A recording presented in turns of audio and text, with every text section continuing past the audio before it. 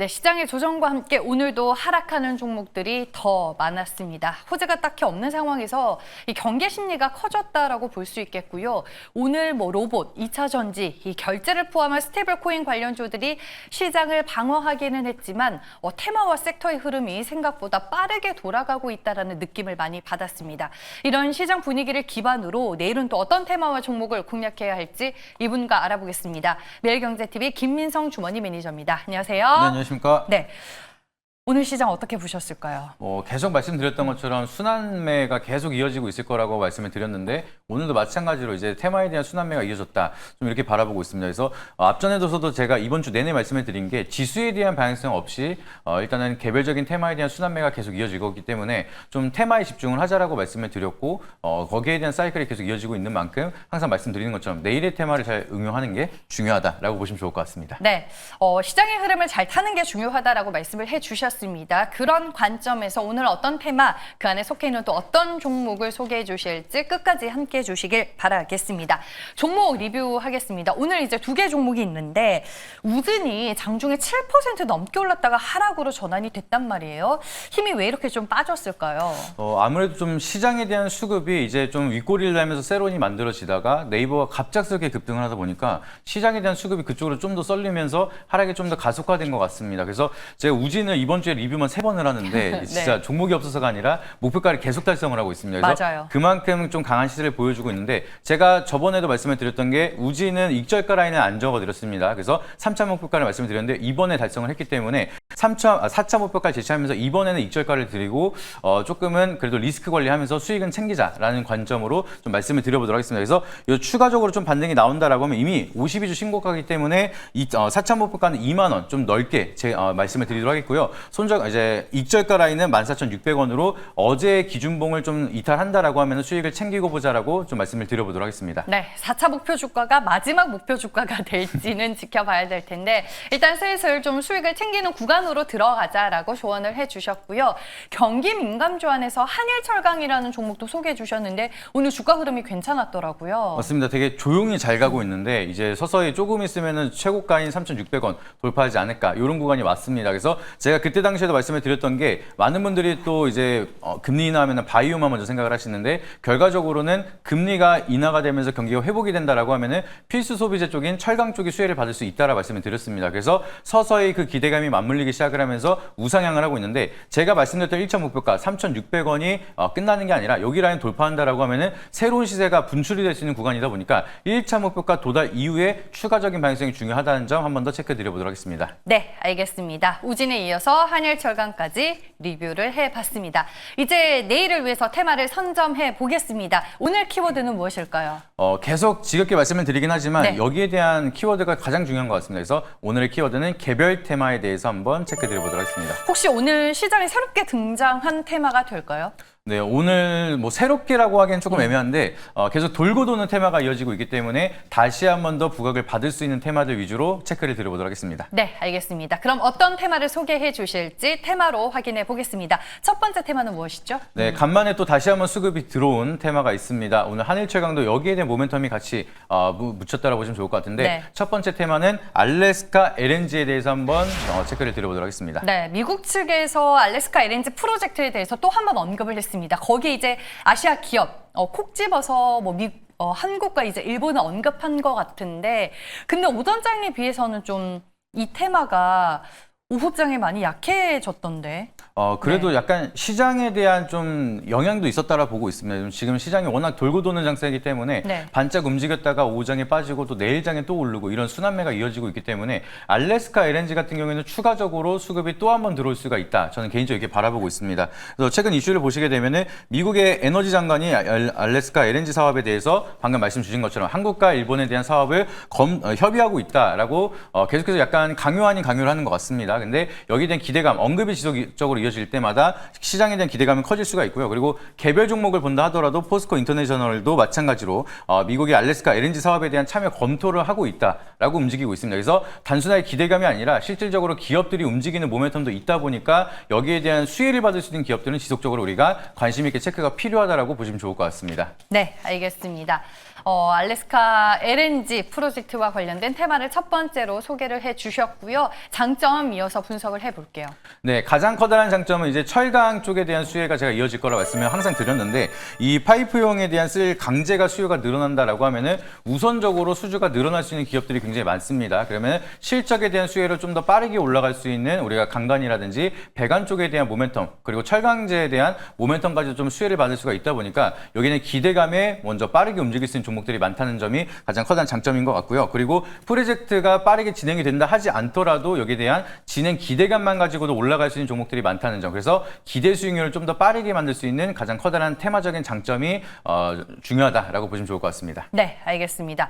근데 도대체 이게 언제 현실화되는 건지 그걸 다들 궁금해하실 것 같거든요. 단점으로 봐야 되나요? 네, 사실 저도 궁금합니다. 네. 그래서 여기에 대한 시간이 너무 오래 걸리기 때문에 단점으로 말씀을 드리면 제가 두 줄을 적어드렸지만 사실 같은 얘기입니다. 그래서 프로젝트가 실제로 될지 안 될지 이것도 불확실성이 커지고 있고요. 그리고 지금 트럼프 정권이 이제 29년도 1월 20일 날 정권이 끝나는데 2선이 끝났습니다. 그러면 다음 대통령이 누가 될지 우리는 미지수인 상황인데 사실상 이제 트럼프 정권 1기 때 진행하려다가 바이든 정권 때 철회가 되고 이번에 2기 때 다시 하는 건데 이 다음 정권 때 이게 될지 안 될지도 사실 미지수입니다. 그래서 아예 프로젝트 자체가 무산이 될 가능성도 있고 이 임기 내에 인허가를 받는데 한 3, 4년 걸리기 때문에 그 기간 내에 확실하게 프로젝트가 수주가 될 수 있을지 여기에 대한 미지수가 커지다 보니까 아까 말씀드렸던 것처럼 오전장에 반짝 움직였다 오후장에 빠지는 게 아직은 이렇게 불확실성이 크기 때문에 아직은 트레이딩 관점으로 바라보는 게 맞다라고 체크해 보시면 좋을 것 같습니다. 네, 알겠습니다. 오랜만에 시장에 다시 등장한 알래스카 LNG 관련주를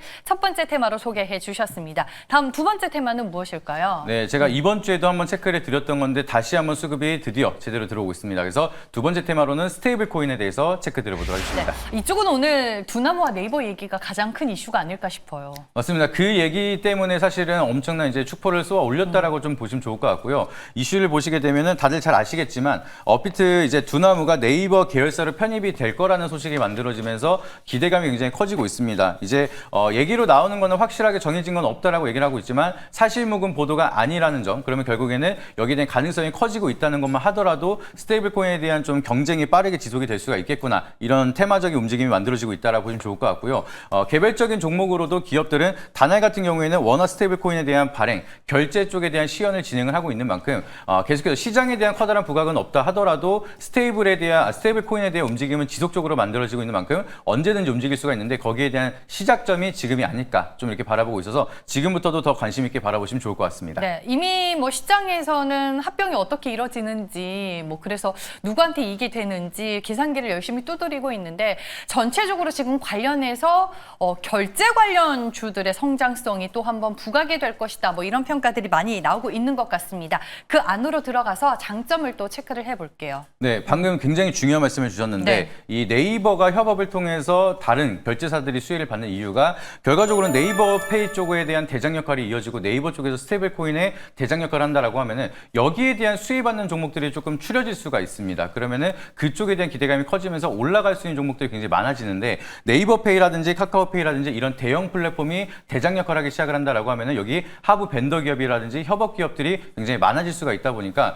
좀 더 기대감이 훨씬 더 커질 수가 있고 좀 방향성이 명확해질 수가 있는 게 가장 커다란 장점이라고 보시면 좋을 것 같습니다. 그리고 스테이블 코인 같은 경우에는 한국에서는 신성장 사업이기 때문에 기대감이 좀 지속적으로 올라갈 수가 있고 여기에 대한 장기적 지속성으로 상방이 많이 열릴 수가 있다 보니까 그 부분도 가장 커다란 장점이니까 지속적으로 체크해 보시면 좋을 것 같습니다. 네, 알겠습니다. 이쪽의 시세가 뭐 네이버를 필두로 오늘 시작이 되기는 했습니다. 하지만 얼마나 연속성 있게 이어지느냐 이게 또 중요할 것 같은데 단점으로는 뭘 유념해야 될까요? 네, 스테이블 코인은 아직까지는 뭐 실적이 찍히고 있지 않기 때문에 테마적인 성향이 너무나 큽니다. 그래서 급등 이후에 깊은 세론이 만들어지고 있는 그런 흐름이 지속적으로 반복이 되고 있기 때문에 아직은 상승에 대한 2차적인 초입 구간이긴 하지만 그래도 갑작스럽게 이어질 수 있는 세론, 우리가 리스크 관리는 지속적으로 해야 된다. 이 부분 체크해 보시면 좋을 것 같고요. 실질적으로 계약이라든지 매출에 연계될 수 있는 종목에 대한 선정도 굉장히 중요하다 보니까 종목에 대한 선정까지도 디테일하게 해보실 필요가 있다라고 말씀드려보도록 하겠습니다. 네, 알겠습니다.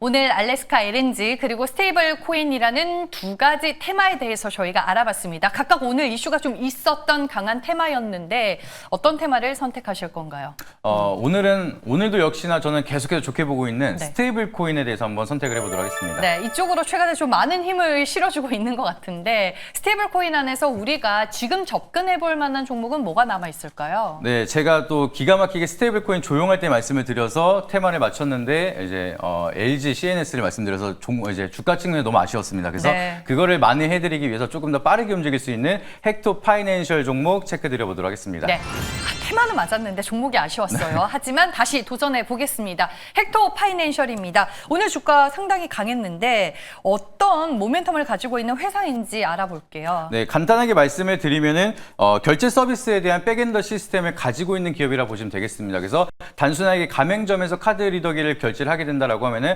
바로 은행에서 가맹점에 돈을 이송을 해주는 게 아니라 중간에 결제 시스템이 거기에 대한 역할을 해주는데 그 역할을 해주는 게 바로 헥토 파이낸셜 시스템이라고 보시면 되겠습니다. 그래서 스테이블 코인에 대한 확산이 된다라고 하면은 여기에 대한 결제 시스템 분명하게 필요할 수밖에 없기 때문에 그렇다라고 하면은 주요 고객사가 네이버페이기도 하고요. 그러면 네이버페이를 필두로 해서 결제 시스템에 대한 도입망이 빠르게 확산이 될 수가 있는 게 바로 헥토 파이낸셜이다라고 보시면 좋을 것 같습니다. 그래서 지금 NHKCP 같은 종목들이 피지사에 대한 모멘텀으로 먼저 치고 올라가고 있긴 하지만 헥토 파이낸셜은 후속주로도 굉장히 시세가 아직 많이 남아있다라고 보시면 좋을 것 같고요. 오늘 같은 경우에 약간 윗꼬리를 남긴 했는데 이런 구간이 오히려 저는 매수의 기회가 아직까지 남아있다라고 판단이 되고 있기 때문에 헥토 파이낸셜을 오늘 추천주로 한번 말씀드려보도록 하겠습니다. 네, 최근에 주가 흐름 어땠어요?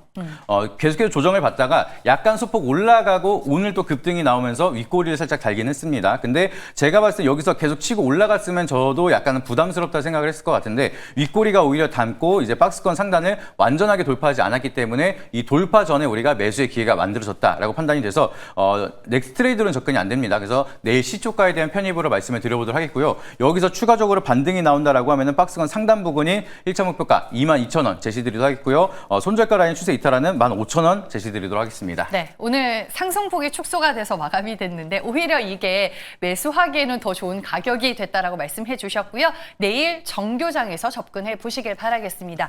오늘 네이버 밴드로 어떤 얘기 들을 수 있을까요? 네, 오늘은 또 너튜브를 통해서 녹화 방송을 올려드렸습니다. 그래서 링크도 올려드렸기 때문에 최근 들어서 순환매가 너무나 강한데 바이오를 투자하시는 분들이 조금 힘드시지 않을까 생각을 하고 있습니다. 그래서 바이오의 좀 대표적인 종목들 위주로 제가 기술적인 분석을 통해서 앞으로의 방향성 자세하게 말씀을 드렸으니까 네이버 밴드 김민성 검색하셔서 오시게 되면은 링크 통해서 다양한 인사이트 참고하시길 바라도록 하겠고요.